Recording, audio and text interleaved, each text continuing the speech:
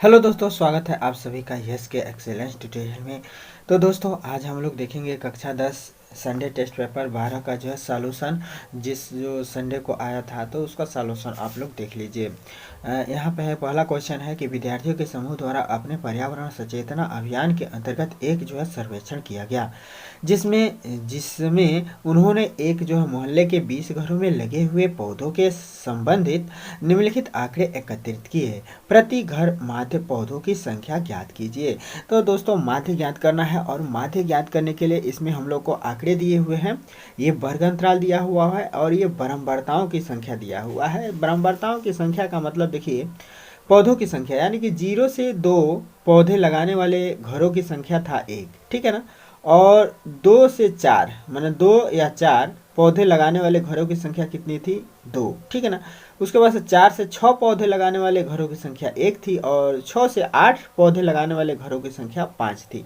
तो इस प्रकार जो है हम लोगों को जो है इन सब का जो है माध्य ज्ञात करना है। तो माध्य ज्ञात करने के लिए एक गो टेबल और 2 गो टेबल बढ़ाना पड़ेगा, ठीक है ना। 2 टेबल बढ़ा देते हैं तो जो हम लोग माध्य ज्ञात कर सकते हैं। एक टेबल क्या होगा तो जो है माध्य का होगा और एक जो है मध्य बिंदु का होगा, मध्य बिंदु जिसको एक्स आई कहते हैं, ठीक है। और एक टेबल होगा आपका एफ आई और एक्स आई का। आई जहाँ इंटीजर होता है और इंटीजर का मतलब होता है पूर्णांक, ठीक है ना। और वही एक्स आई, आई का मतलब यहाँ पे कोई भी पूर्णांक रहेगा, ठीक है। तो यहाँ पे एक्स आई अगर हम लोग निकालें तो एक्स आई कैसे निकालेंगे? तो 0 और 2 को जोड़ेंगे तो 2 होगा, 2 में 2 से भाग देंगे तो 1 हो जाएगा, ठीक है ना। इसके बाद से जो है 2 और 4 6 होगा और 6 में जो है 2 से भाग देंगे तो 3 हो जाएगा, ठीक है। तो 4 2 6 और 6 2 3 6, 6 4 10 और 10 के आधा 5, इसीलिए इसको मध्य बिंदु कहा जाता है। 8 6 14, 14 के आधा 7, 10 8 18, 18 के आधा 9, और फिर 12 10 22, 12 10 22, 22 के आधा 11, और 14 12 26, 14 12 26, 26 का आधा 13, ठीक है। तो ये आपका जो है मध्य बिंदु निकल गया, ठीक है। मध्य बिंदु निकल गया तो अब हम लोग जो है क्या ज्ञात कर लेंगे इसमें? इसमें अब हम लोग जो है ज्ञात कर लेंगे एफ आई और एक्स आई, अर्थात इसका और इसका गुणा करके यहाँ पे लिख देंगे। तो 1 इंटू 1 1 ही होगा और 2 गुणे 3 तो 3 दूना 6 होगा और 5 एकम 5 तो 5 होगा। उसके बाद से 7 5 12 हो जाएगा, 7 5 35 हो जाएगा ना, गुणा करना है तो 7 5 35 हो जाएगा ना, और 9 6 54 हो जाएगा, ठीक है। और 11 दूना 22 हो जाएगा। उसके बाद से 13 तिया 39 हो जाएगा, ठीक है। अब जो हम लोग को क्या ज्ञात करना पड़ेगा? देखिए, एक जो प्रत्यक्ष विधि से जो सूत्र होता है, प्रत्यक्ष विधि का सूत्र क्या होता है? तो यहाँ पे आप लोग देख सकते हैं कि x बराबर माध्य बराबर होता है सिग्मा एफ आई और एक्स आई होता है। अब बटे में जो है क्या होता है? Sigma F I. इसका मतलब ये है कि कुल बराबरताओं का योग बटे में रहेगा, इन सब का गुणनफलों का योग जो है यहाँ पे ऊपर रहेगा। तो इसका जो योग ज्ञात करते हैं तो 6 1 7, 7 5 12, 12 5 17, 17 4 21, 21 2 23, 23 9 32, 9 3 12 23 9 32, ठीक है। तो 32 के 2 हासिल 3, ठीक है। अब 3 3 6 5 11, 11 2 13, 13 3 16, तो 16 हो जाएगा ना भाई। 32 के 2 हासिल 3 है, 3 है 3 हासिलवा पहले ही जोड़ दे रहे हैं तो 3 3 6, और 6 5 11, 11 2 13, 13 3 13 3 16, तो 162 हो गया, ठीक है। और कुल बराबरताओं का योग करते हैं तो 3 2 5, 5 6 11, 5 16, 16 1 17, 17 3 20, तो ये हो जाएगा 20, ठीक है। तो सिग्मा एफ आई का मान हो गया 20, और सिग्मा एफ आई और एक्स आई का मान हो गया 162, ठीक है। तो यहाँ पे हम लोग मान भर देंगे। सिग्मा एफ आई एक्स आई का मान 162 हो गया। अब बट्टे में जो है सिग्मा एफ आई का मान हो गया आपका 20। ठीक है, अब जो है भाग दे दीजिए।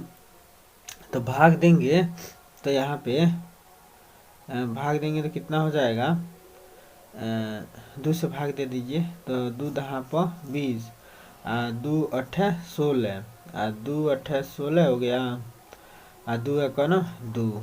ठीक है, तो अब 10 से 81 में भाग देंगे तो ये हो जाएगा 8.1। तो इसका जो आंसर आ गया 8.1। तो इसका माध्य हो गया 8.1। ठीक है ना, तो इसका आंसर होगा 8.1। तो आंसर हो जाएगा x बराबर 8.1, यानी कि यही आपका आंसर होगा। ठीक है,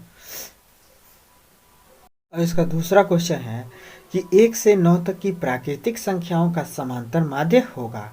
तो 1 से 9 तक की प्राकृतिक संख्याओं का समांतर माध्य क्या होगा? तो समांतर माध्य का मतलब आप लोग रियलिटी में समझें तो कुल संख्याओं का योग बटे कुल संख्या होता है। माने समांतर माध्य बराबर क्या होता है? तो कुल संख्याओं का योग, कुल संख्याओं का योग। माने जब ऐसे दिया हो तो करेंगे, अब वर्ग अंतराल में दिया हो तो ऐसे करेंगे। ठीक है ना, और वर्ग अंतराल दिया है तो ऐसे करेंगे। ठीक है ना, वर्ग अंतराल नहीं दिया है, इस टाइप का कुछ दिया है तो जो है सबका जोड़ के जितना संख्या होगा उतना में भाग। ठीक है ना, कुल संख्याओं का योग बटे कुल संख्या, कुल संख्या कितनी है ये जो है निकाल देना है। ठीक है, तो यहाँ पे देखिए 1 से लेकर 9 तक प्राकृतिक संख्याओं का योग कर लीजिए। ठीक है ना, कुल संख्याओं का योग का मतलब 1 से लेकर 9 तक प्राकृतिक संख्याओं का योग। तो 1 2 धन 3 धन 4 धन 5 धन 6 धन 7 धन 8 धन 9 जोड़ लीजिए। अब बट्टे में जो है क्या कर दीजिए, कितना संख्या होगा 9, तो 9 से भाग दे दीजिए। तो 1 से और लेकर 9 तक की कुल संख्याओं का योग अगर हम लोग निकालें तो आएगा कितना, 45। ठीक है, ये आएगा लगभग में का रियल में 45 आएगा। अब बटे 9 कर देंगे तो 9 पचे 45, तो इसका आंसर हो जाएगा 5। तो ये वाला बी वाला जो है आपका आंसर सही होगा। इसके बाद से क्वेश्चन नंबर 3 देखते हैं। तो क्वेश्चन नंबर 3 है कि 1 से 15 तक की सम संख्याओं का समांतर माध्य क्या होगा? तो 1 से 15 तक के सम संख्याएं लिख दीजिए। तो 1 से 15 तक के सम संख्याएं, तो सबसे छोटी सम संख्या क्या होगी, 2 होगा, उसके बाद से जो है 4 होगा, उसके बाद से 6 होगा, इसके बाद से 8 होगा, इसके बाद से 10 होगा, इसके बाद से 2 जोड़ते जाइए 12 हो जाएगा, 12 के बाद से जो है 12 2 14 हो जाएगा। ठीक है, 14 2 16 हो जाएगा, 15 ही तक चाहिए, यानी कि 15 के नीचे। ठीक है, अब इन सब का योग अब बट्टे में जितना संख्या है तो 1 2 3 4 5 6 7, तो यहाँ पे 7 लिख देंगे। अब जो है टोटल जोड़ेंगे तो ये हो जाएगा आपका 56, 56 बटे 7 कर देंगे तो 7 8 56। तो इसका विकल्प आपका जो है ये होगा सही। ठीक है, अब इसके बाद से देखिए क्वेश्चन नंबर 4,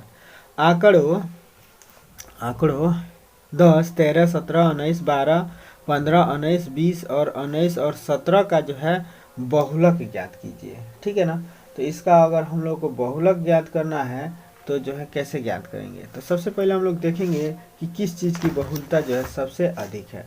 तो इसमें बहुलता अगर देखा जाए तो सबसे अधिक किसकी है, देखिए ना सबसे अधिक बार कौन आया है, तो इसके लिए वो टेबल बनाना पड़ेगा। ठीक है, नहीं तो देख लीजिए 10 कितना बार आया है, एक अकेले आया है, 13 को बार आया है, देखिए ऐसे ही देख लीजिए 13 को बार आया अकेले आया है, 17 को बार आया है, 17 भी अकेले है, 19 देखिए 19 1 2 3, तो 19 आ गया आपका 3 बार। ठीक है, अच्छा उसके बाद से देखिए 12 को बार आया है, तो 12 जो अकेले ही है तो इसमें क्या लिखना है, 15 अकेले है तो क्या लिखना है, 20 अकेले है तो क्या लिखना है, 17 अकेले है, नहीं 17 दूगो है तो 17 दूगो है, 19 3 गो है, बकीवा सब 1 गो है।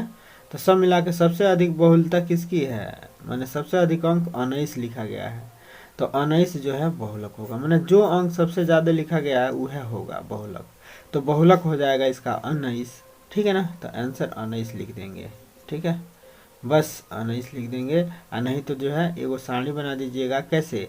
ऐसा सारणी बनाइएगा कि 10 कितना बार आया तो यहाँ पे लिखिएगा 10 कितना बार आया, एक बार, तो यहाँ पे 1 लिख दीजिएगा। उसके बाद से 13 कितना बार आया तो 13 भी जो है एक ही बार दिया है तो 1 लिख दीजिएगा। उसके बाद से जो है 17 को बार आया तो 17 जो देखिए को बार आया है, 17 दो बार आया है, दो बना यह बारंबारता होता है। और उसके बाद से जो 19 की बारंबारता कितना है तो 19 की बारंबारता 3 है। उसके बाद से 12 की बारंबारता कितनी है तो 12 एक ही है। उसके बाद से 15 की बारंबारता कितनी है तो 15 की बारंबारता एक ही है। उसके बाद से जो है 20 की बारंबारता अकेला ही है। ठीक है, तो 20 की बारंबारता भी अकेले ही है। तो अब बारंबारता ऐसे लिख देंगे, यही लिख देंगे बारंबारता, भाई बारंबारता हो गया, आई जो है अंकों की संख्या हो गई, अंक हो गए। ठीक है, तो इसमें हम लोग देख रहे हैं कि इसकी संख्या ज़्यादा है, 19 जो है 3 बार आया है तो इसलिए बहुलक होगा। अब इसके बाद से अगला क्वेश्चन है 5वां कि यदि किसी बंटन का माध्य 16 और बहुलक 13 हो तो बंटन की माध्यिका ज्ञात कीजिए। तो देखिए बहुत टिपिकल क्वेश्चन है और ये जो है 2019 में पूछा था। ठीक है, 2019 में ये पूछा गया था। तो देखिए यदि किसी बंटन का माध्य 16 है और बहुलक 13 हो तो बंटन की माध्यिका ज्ञात कीजिए। तो इसके लिए एक सूत्र होता है, इसको याद रखिएगा। सूत्र होता है बहुलक बराबर बहुलक बराबर होता है बहुलक बराबर होता है 3 गुणे माध्यिका, 3 गुणे माध्यिका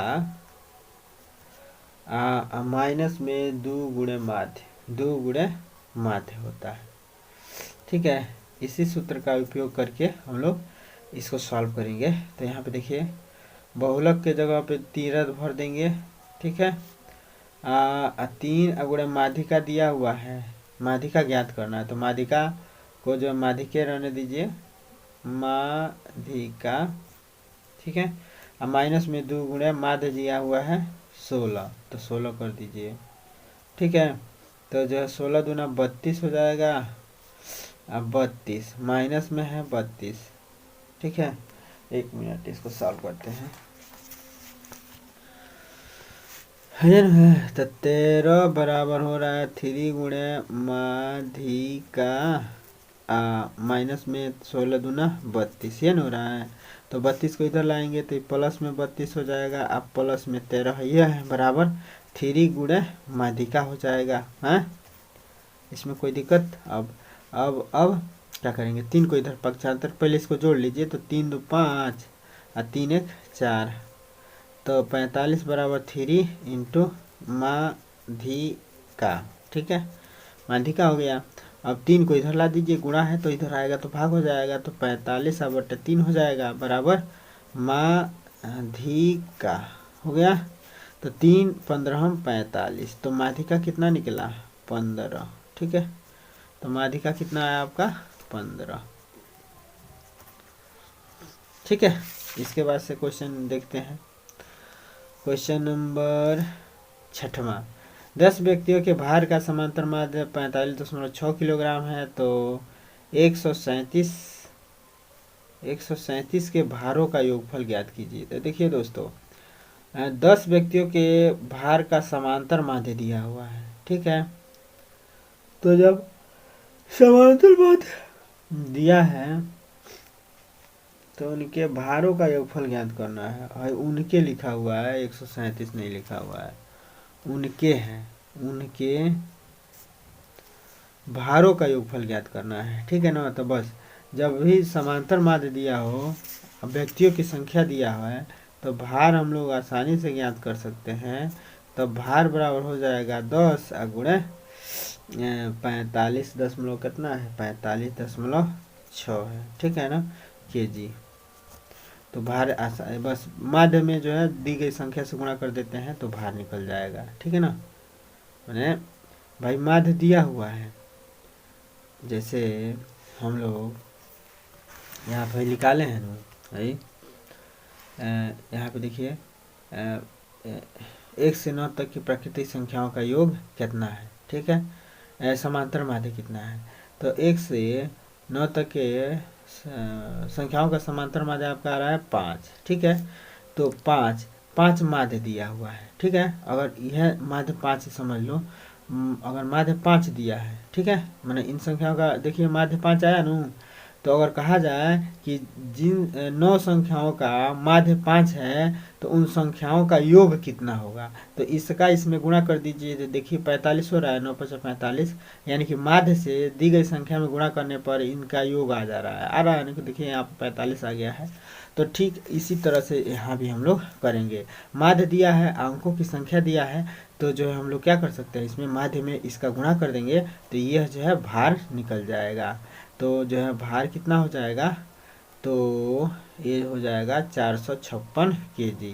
ठीक है ना, मैंने 10 से जब गुणा करेंगे तो दशमलव यहाँ आ जाएगा, मैंने तब 10 से गुणा करेंगे तो ये होगा 4 5 6 0 होगा। एक अंक पर दशमलव है तो एक अंक पर दशमलव लगाएंगे तो यही ना बचा 456 kg। तो यही आपका आंसर हो जाएगा। ठीक है, अब इसके बाद से जो है अगला क्वेश्चन देखिए। तो अगला क्वेश्चन क्या है, अगला क्वेश्चन है कि निम्नलिखित बारंबारता बंटन का बहुलक ज्ञात कीजिए। तो इसका जो है बहुलक कैसे ज्ञात करेंगे, तब देखिए वर्ग अंतराल में है, तो वर्ग अंतराल में है तो इसके लिए जो बहुलक की गणना जो है सूत्र द्वारा करेंगे। तो बहुलक की गणना जो है सूत्र द्वारा करेंगे। तो यहाँ पे जो है हम लोग जो है क्या करेंगे, एक टेबल बनाएंगे। ठीक है, तो टेबल बना लेते हैं फटाक से, जो है टेबल बारंबारता यहाँ पे लिख दीजिए। देखिए टेबल बना के तब आते हैं।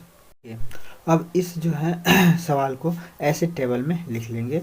ये वर्ग अंतराल है तो वर्ग अंतराल को ऐसे लिख लेंगे, आप बारंबारता को ऐसे लिख लेंगे। ठीक है, अब देखिए बहुलक ज्ञात करने का आपका सूत्र क्या होता है, तो सबसे पहले सूत्र लिख लेते हैं। सूत्र के अकॉर्डिंग जो है आपको समझाने में आसानी रहेगा। तो बहुलक का सूत्र क्या होता है, बहुलक बराबर होता है आपका यल प्लस में क्या होता है, तो ब्रैकेट में F1 माइनस F0। ठीक है, ब्रैकेट में जो है क्या रहेगा, तो यहाँ पे देखिए 2F1। ठीक है, ध्यान दीजिए, और F0 आपके बुक में भी ये किताब मिल जाएगा, F2 होता है। ठीक है, इंटू में हो जाता है आपका H। अब दोस्तों आपके मन में ये सवाल होगा कि भाई ये कहाँ से मिलेंगे, तो इसी टेबल से ये सब मिलेंगे, इन सब का मान इन टेबल से मिलेंगे। कैसे मिलेंगे, तो देखिए सबसे पहले हम लोग को बहुलक ज्ञात करने के लिए बहुलक वर्ग का पहचान करना पड़ेगा। तो बहुलक वर्ग देखिए सबसे अधिक बारंबारता किसकी है, 8 की है, तो इसके सामने का जो वर्ग होगा ये जो है बहुलक वर्ग कहलाएगा। तो ये है आपका बहुलक वर्ग। अब बहुलक वर्ग जब निकल गया तो बहुलक वर्ग के जो बारंबारता होगी वह जो है आपके सूत्र में जो F1 दिख रहा है उसका मान भरेंगे ये 8 से। ठीक है, जस्ट इससे पहले वाला जो है होगा वह जो है आपका F0 हो जाएगा, और जस्ट अब F1 के बाद वाला होगा ये F2 हो जाएगा। ठीक है, तो आपका जो है 0 1 2 सब निकल गया, यह से चाहिए। अब यह के लिए जो है क्या करते हैं, तो जो वर्ग अंतराल है इसमें से इसको माइनस करते हैं, मतलब उच्च पद में से निम्न पद को माइनस कर देंगे। तो 5 में से 3 जाएगा तो 2 होगा, तो आपका जो है 5 माइनस 3 बराबर 2, यही आपका जो है क्या होगा, यच होगा। यही आपका जो है क्या होगा, यच होगा। तो आपके जो है यच का मान जो कितना हो गया, यच का मान 2 हो गया। ठीक है, F1 का मान कितना हुआ आपका, तो F1 का मान 8 हो गया। F0 का मान कितना हो गया, 7 हो गया। F2 का मान कितना हो गया, तो F2 का मान 2 हो गया। F0 का मान 7 हो गया, F2 का मान 2 हो गया। और यल, अब यल क्या होता है, तो जो बारंबारता वर्ग है, माने जो बारंबारता वर्ग हम लोग बहुलक वर्ग जो प्राप्त किए हैं यही है ना बहुलक वर्ग, तो इसका जो लोअर लिमिट होता है वह होता है यल। तो लोअर लिमिट इसका हाई अपर लिमिट होता है और ये लोअर लिमिट होता है, तो इसका लोअर लिमिट 3 है, तो यहाँ पे ले लेंगे 3। ठीक है दोस्तों, अब हम लोग जो है सूत्र के हिसाब से सब अंकों को प्राप्त कर लिए हैं। अब इसमें हम लोग जो है मान रख देंगे, यल का मान 3 रख देंगे, प्लस में F1 का मान जो है 8 है तो 8 रख देंगे, माइनस में F0 का मान 7 है तो 7 रख देंगे। अब बटे में जो है क्या लिखेंगे, 2 इंटू F1। तो F1 का मान जो है कितना है 8 है, तो यहाँ पे 8 लिख देंगे। माइनस में F0 का मान कितना है, तो F0 का मान आपका जो है यहीं पे लिखा गया है 7 है। उसके बाद से माइनस में F2 का मान कितना है, तो F2 का मान 2 है, तो यहाँ पे 2 रख देंगे, ठीक है। और ब्रैकेट लगा के उसके बाद से जो है H का मान कितना है, तो 2 है, तो यहाँ पे 2 लिख देंगे, ठीक है, कोई दिक्कत। अब इसको जो है सॉल्व कर लेंगे। अब इसको सॉल्व करेंगे तो यहाँ पे 3 प्लस, दोस्तों इन सवालों का नोट जरूर बनाते जाइएगा क्योंकि यह परीक्षा के दृष्टिकोण से बहुत महत्वपूर्ण है। तो 8 में से 7 जा 1 हो जाएगा और इसको जो है सॉल्व करते हैं तो पहले गुणा करेंगे तो 8 दूना 16 हो जाएगा। जो माइनस है, यू माइनस है तो ये माइनस माइनस जुड़ जाएगा तो ये 9 हो जाएगा और गुणे में हो जाएगा 2, ठीक है। अब तो 3 अब प्लस में जो है देखिए 1 और 16 में से 9 जा 7 और गुणे जो हो जाएगा 2। इसको हम लोग लिख सकते हैं 3 प्लस, अब 2 का 1 में गुणा हो जाएगा तो 2 अब बटे 7, ठीक है। तो 3 प्लस 2 बटे 7 को जो है क्या लिख सकते हैं, तो 3 प्लस 2 बटे 7 को हम लोग लिख सकते हैं।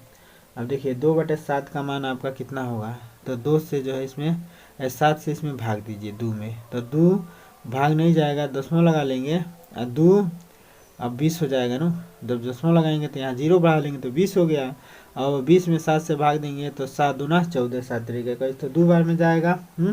7 दूना 14 2 बार में गया। अब 20 में से 14 घटाएंगे 6 बचा, तो 7 छके 42, 7 7 8 56, 7 8 56 भाई 60 है तो 56 आराम से 8 बार में चला जाएगा। और इसके बाद से जो है आपका जो 56 हो गया तो 10 में से 6 4 40 लो, तो फिर लगभग में 7 छके 42, लगभग में कितना बार में जाएगा देखिए 60 है, तो 60 में से जो है 56 40 हो जाएगा, तो 7 5 35 हो जाएगा, 7 5 35 तो हो जाएगा 50 और 7 6 के 42, 7 7 49, लगभग 7 बार में, ठीक है। तो इसको हम लोग एक अंक यहाँ तक जो है निकटतम लिखें तो इसको 6 लिख सकते हैं, तो ये हो जाएगा आपका 0.286। माना ही जब 5 से अधिक होता है ना तो इसमें एक जोड़ देते हैं 3 स्थान तक अगर लिखना हो तो, ठीक है। तो 286, तो अब जो हम लोग क्या करेंगे 3 प्लस लिख देंगे 2.286, अब 286 इसमें जोड़ देंगे तो ये हो जाएगा 3.286, आंसर हो जाएगा आपका, ठीक है। तो ये होगा आपका आंसर, उपरोक्त आंकड़ों का जो है बहुलक हो जाएगा, ठीक है ना।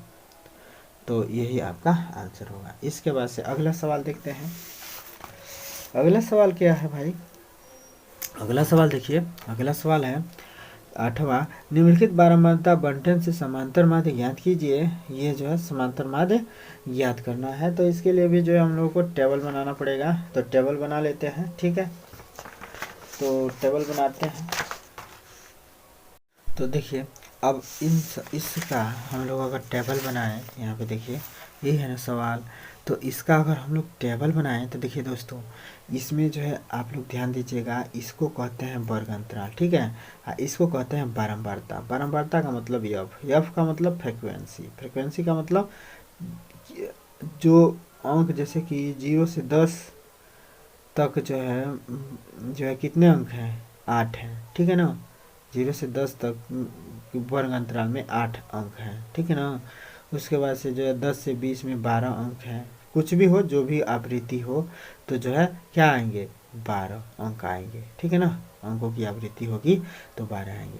तो देखिए दोस्तों अब इसके लिए जो हम लोग जो है वर्ग अंतराल बारंबारता 2 गो तो यहाँ पे जो है बना लेंगे, जो दिया है वहाँ से यहाँ से, ठीक है ना। मैंने वर्ग अंतराल आपको मिल गया सवाल से, बारंबारता आपको सवाल से मिल गया। 2 चीज़ें आप लोगों को ज्ञात करना रहता है, ठीक है ना दोस्तों। अब देखिए कई लोगों कहते हैं कि सर कैसे पता करेंगे कि कौन यक्स है और कौन यफ है, तो इसको हमेशा जो बारंबारता है इसको यफ कहते हैं, ठीक है। और यक्स जो है हम लोग ज्ञात करते हैं, ठीक है ना। यक्स जो है यक्स आई चाहे यक्स ज्ञात करते हैं, कैसे ज्ञात करते हैं, इसी को मध्यमान कहते हैं। तो यह मध्यमान कैसे निकालते हैं, तो जैसे कि ये जो 2 वर्ग अंतराल दिया रहेगा तो 2 जो है अंक जरूर रहेगा, ठीक है। तो इन दोनों अंकों का जोड़ के 2 से भाग दे देंगे तो मध्यमान निकलेगा। तो 0 में 10 जोड़ेंगे तो 10 होगा और 10 में 2 से भाग देंगे तो जो है 5 हो जाएगा आपका मध्यमान, ठीक है। फिर 10 और 20 को जोड़ेंगे तो कितना हो जाएगा 30, 30 का जो है आधा कितना हो जाएगा, 2 से भाग देने का मतलब आधा, तो 30 का आधा 15, तो ये हो जाएगा 15। ठीक है, तो मध्यमान ऐसे निकाल लेंगे, यानी कि यक्स ये जो है ऐसे निकालते जाएंगे, यक्स निकल रहा है। ठीक है, अब फिर 30 और 20 50, तो 50 का आधा 25। ठीक है, इसके बाद से 40 और 30, 40 30 70, और 70 का आधा 35 होगा। और फिर 50 और 40 90, और 90 का आधा कितना होगा 45। ठीक है, तो ये आपका मध्यमान होता है, यक्स ऐसे निकालना पड़ता है। ठीक है ना, और यफ जो है आपका दिया रहेगा, वर्ग अंतराल आपको दिया रहेगा। तो मैंने एक कमेंट आया था कि सर यक्स आई कैसे पता करते हैं और यफ कैसे पता करते हैं। तो यफ जो है वर्ग अंतराल के जस्ट बाद जो दिया है वो समझिए यफ है हमेशा। ठीक है, और मध्यमान आपको निकालना पड़ेगा, तो मध्यमान जो है ऐसे निकाल लेंगे। और उसके बाद से जो है क्या करेंगे, सिग्मा एफ आई और यक्स आई याद करेंगे, यानी कि इन दोनों का गुणनफल याद करेंगे।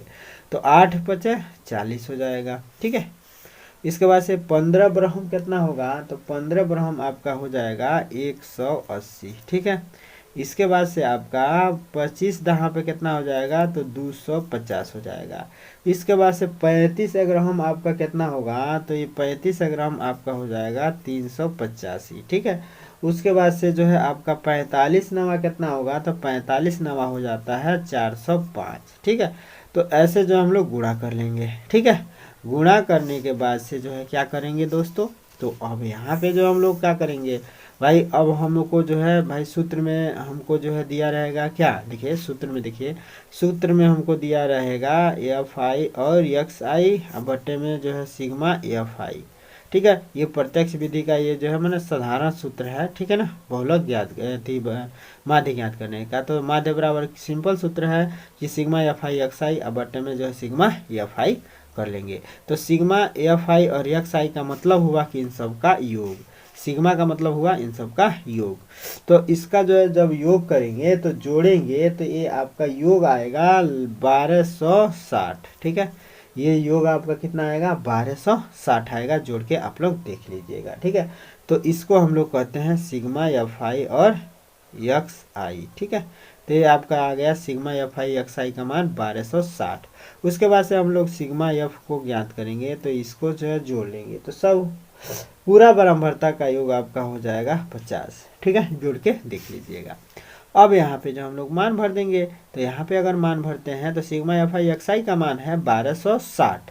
ठीक है, और बटे में जो है क्या है, तो सिग्मा एफ आई का मान है 50, तो 50 लिख देंगे। अब जो है क्या करेंगे, इसको काट लेंगे, तो काटेंगे तो ये जो है क बार में भाग जाएगा, तो भाग दे के देखिए अब 5 से 126 में, तो 5 से 126 में भाग देंगे तो ये हो जाएगा 5 दूना 10। ठीक है ना, 5 दूना 10, 5 दूना 10 26 हो गया, 5 5 25, एक बचा 5 दूना 10, दसवां लगा के जीरो बढ़ा देंगे।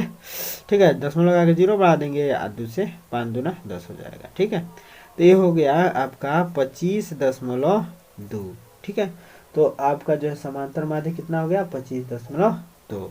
तो यही आपका समांतर माध्य होगा।